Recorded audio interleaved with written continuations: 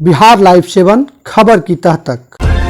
Doctor साहब, आजकल बच्चे पैदा हो रहे हैं और उसके जस्ट बाद पीलिया की बीमारी हो जा रही है। ऐसा क्यों हो रहा है और इसका उपचार क्या है?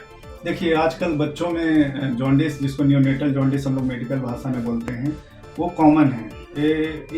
ये करीब जो टर्म में भी होते हैं, जो 9 महीने 9 में जो बच्चे जन्म लेते हैं, उसमें करीब 60% बच्चों में ये बीमारी अमूमन देखने के लिए मिलती है और 80% ऐसे बच्चों में देखने को मिलते हैं जो समय से पहले जन्म, जिसको प्री टर्म बेबी बोलते हैं, तो उसमें देखने के लिए मिलता है। ये पीलिया को समझना बहुत ज़रूरी है। पीलिया की जैसे कि आँखों की जो सफ़ेदी होती है, उसमें पीलापन कम पीला दिखना, शरीर के स्किन को पीला दिखना, तो ये सब जब पीलापन शरीर में बढ़ जाता है तो उसको हम लोग बोलते हैं कि पीलिया हो गया है।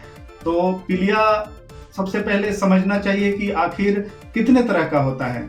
2 तरह का पीलिया होता है, एक फिजियोलॉजिकल जो जॉन्डिस बोलते हैं और एक पैथोलॉजिकल जॉन्डिस। पैथोलॉजिकल मतलब किसी कारण बीमारी, जो गर्भ से ही बीमार उसको कुछ इन्फेक्शन लगा हो, तो ऐसे बच्चे को जॉन्डिस होने की संभावना होता है। तो सबसे पहले समझना चाहिए कि जो 24 घंटे में जो पीलापन शरीर में दिखने लगता है, उसको पैथोलॉजिकल जॉन्डिस बोलते हैं, और 24 घंटे के बाद जब पीलापन दिखने लगते हैं, उसको फिजियोलॉजिकल जॉन्डिस बोलते हैं। तो अमूमन ये समझना चाहिए कि शरीर में आखिर पीलापन जॉन्डिस कब बोलेंगे कि इसको जॉन्डिस हो गया है।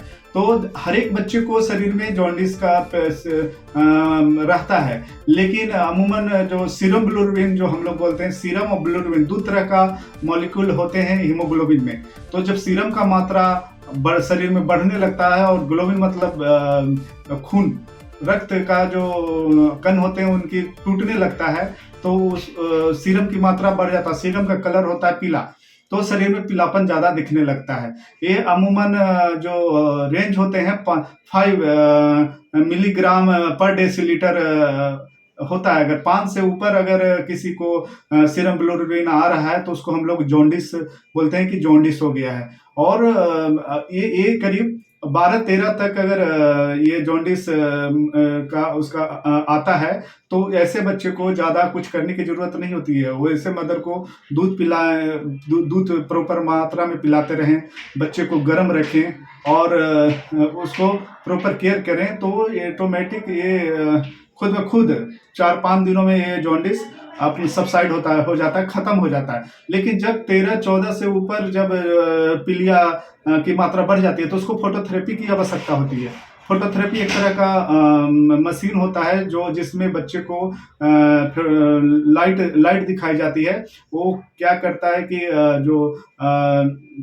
जो रक्त कण जो टूटते हैं, उसको तेजी से उसको रोक देता है।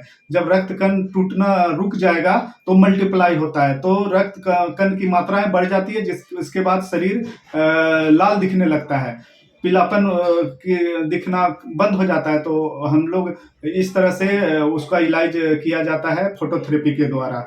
और हमारा मानना है कि बच्चे को पीलिया अगर किसी को हो तो ज़्यादा घबराने की ज़रूरत नहीं है। लेकिन हाँ, किसी कारण में घबराना भी, अगर पीलापन की मात्रा अगर वो 23-24 के ऊपर चली जाती है, तो उसको ब्लड ट्रांसफ्यूजन यानी ब्लड ट्रांसफ्यूजन की ज़रूरत होती है, क्योंकि उसमें लाल कण की जो रेड ब्लड सेल आरबीसी का जो संख्या होता है बहुत ही कम जाता है, तो उसके शरीर में ओनली सीरम ही बच जाता है। तो ऐसे में उसको एक तरफ से ब्लड वो निकाल कर और दूसरी तरफ से नई ब्लड चढ़ाने की आवश्यकता पड़ती है। ये बहुत ही खतरनाक प्रोसेस होती है, और हमारा मानना है कि